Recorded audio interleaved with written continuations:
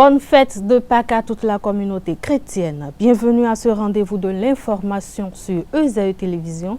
Tout de suite, le sommaire. Dans le cadre du scrutin du 11 avril prochain, la Commission électorale nationale autonome Sénat a outillé les points focaux communaux, les coordonnateurs d'arrondissement et leurs assistants.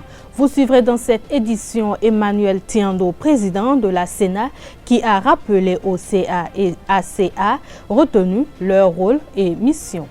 Le groupe Leader pour un avenir certain LAC, avec le soutien du maire Luc Setonji Atropo, mobilise Cotonou pour un coup KO du duo Talon Talata lors de la présidentielle du 11 avril prochain. Les détails dans ce journal. La 14e édition de Miss Estudiantine Bénin a connu son épilogue ce samedi 3 avril 2021 à la salle de spectacle du FITEB. C'est Hermione Runkonou de l'EZAE Cotonou qui a pris la couronne de Miss Estudiantine 2021.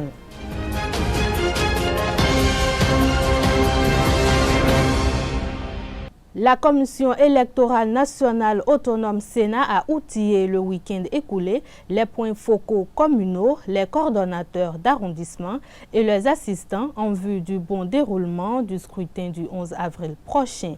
Le top de la formation a été donné par le président Emmanuel Tiando depuis la salle de conférence de la mairie de Cotonou. Entouré des commissaires Basile Fassinou, Abou Adam Soulé, Emmanuel Tiando, président de la Sénat, a rappelé au CA et ACA retenu leur rôle et mission. Setondé Larius Adjabweno. Votre mission est une mission importante. Je voudrais donc, à partir de Cotonou,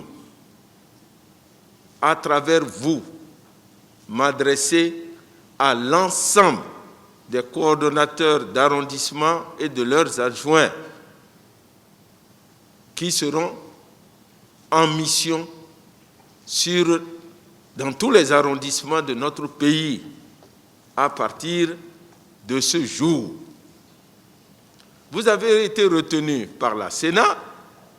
Je vous adresse mes félicitations, mais sachez que vous avez une lourde responsabilité par rapport au déroulement du scrutin du 11 avril.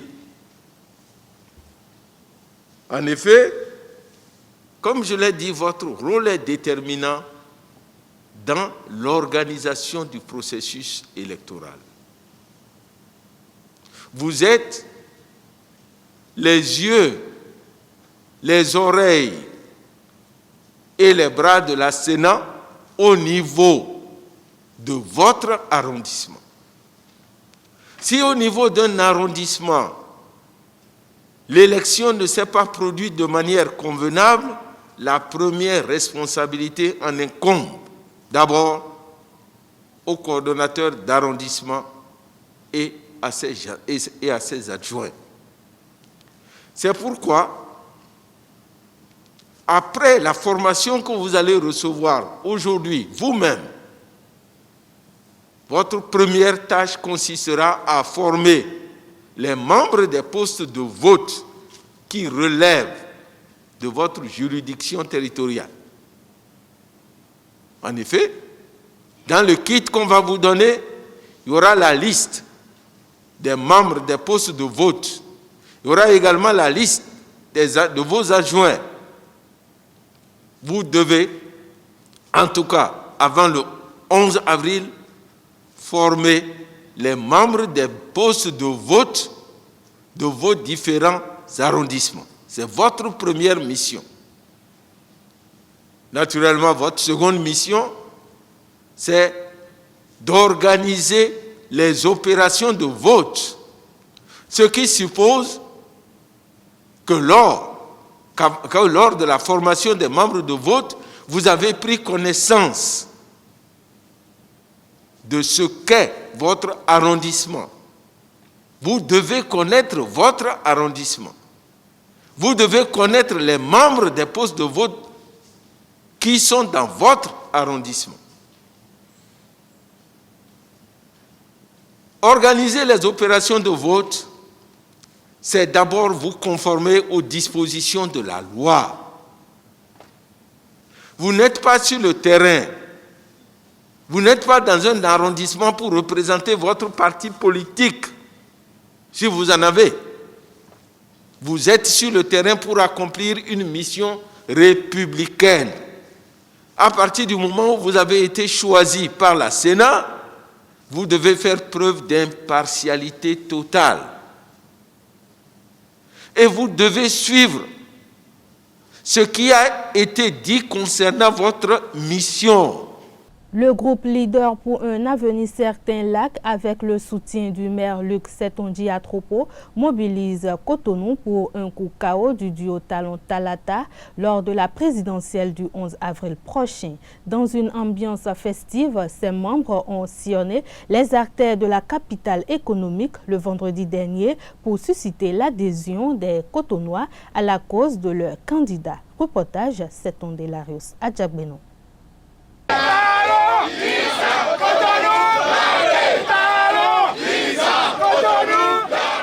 Les membres du groupe Leader pour un avenir certain LAC sortent l'artillerie lourde pour la réélection du président Patrice Talon dès le premier tour de la présidentielle le 11 avril 2021. Une semaine après le démarrage de la campagne électorale, les camarades du maire Luc Setonji Atropo ont organisé une caravane à travers Cotonou. Avec le soutien du maire de Cotonou, nous avons décidé résolument de nous mettre dans cette campagne électorale pour faire du 11 avril une victoire éclatante KO pour le duo président Talon Talata.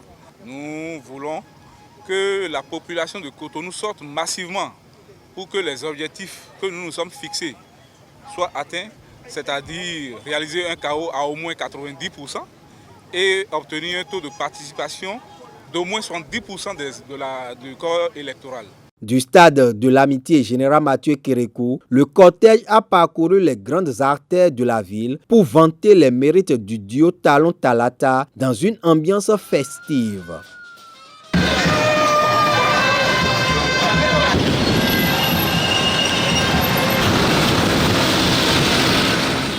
Dans leur parade, ils reçoivent les encouragements de la ministre Véronique Toye-Forde. Ils s'impliquent parce qu'ils croient au développement, ils croient dans la volonté, la vision du duo Talon Talata à poursuivre ce développement. Donc je ne peux que les encourager, c'est une très belle initiative. C'est une campagne festive, mais dans la sérénité, dans la discipline aussi, dans le respect de tout, et que cela se poursuive ainsi jusqu'au 10 avril et que la fête soit belle et surtout que nous ayons ce que nous voulons, un chaos retentissant, avec une participation massive de la population pour montrer que nous sommes vraiment tous derrière l'élan du chef de l'État à vraiment développer ce pays et à en faire quelque chose de très bien pour l'avenir. Pour relever ce défi, Leader pour un avenir certain LAC entend continuer les sorties pour vulgariser au mieux le projet de société du président candidat Patrice Talon pour les 5 prochaines années.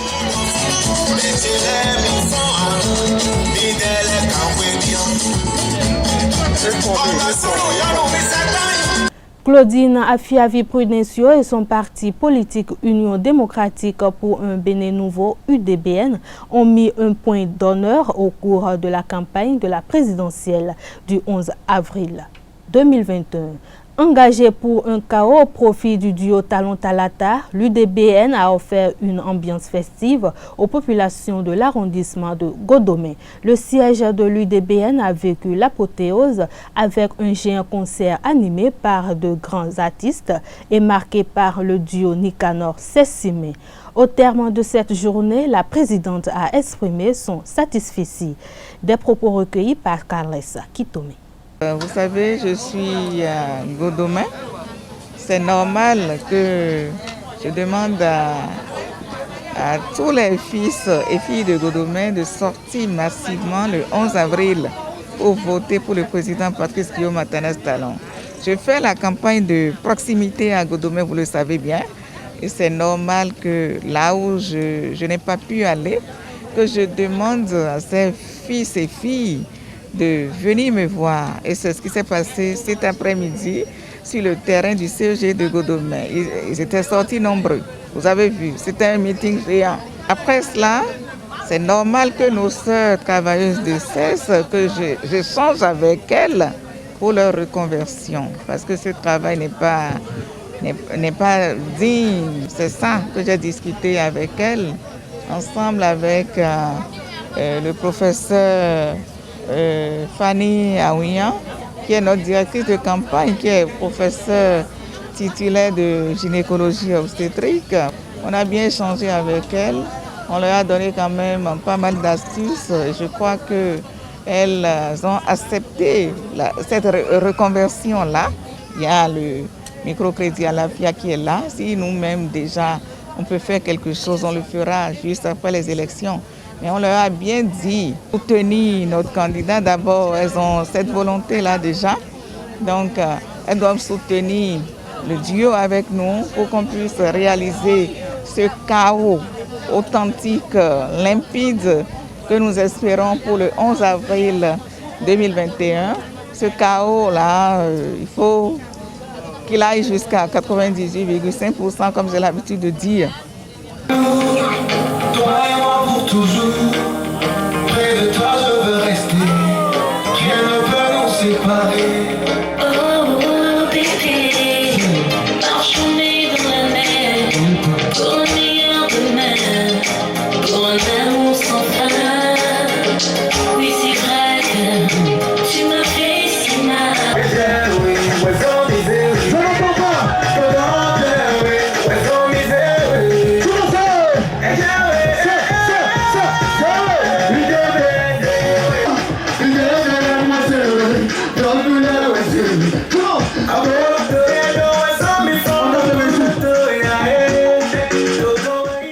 Séverin Quenom, ministre de la Justice, s'est prononcé au sujet de la démission du juge des libertés de la Criette Assowe Batamoussi sur l'affaire Rekiat Madougou. Ce magistrat, je ne le connais pas.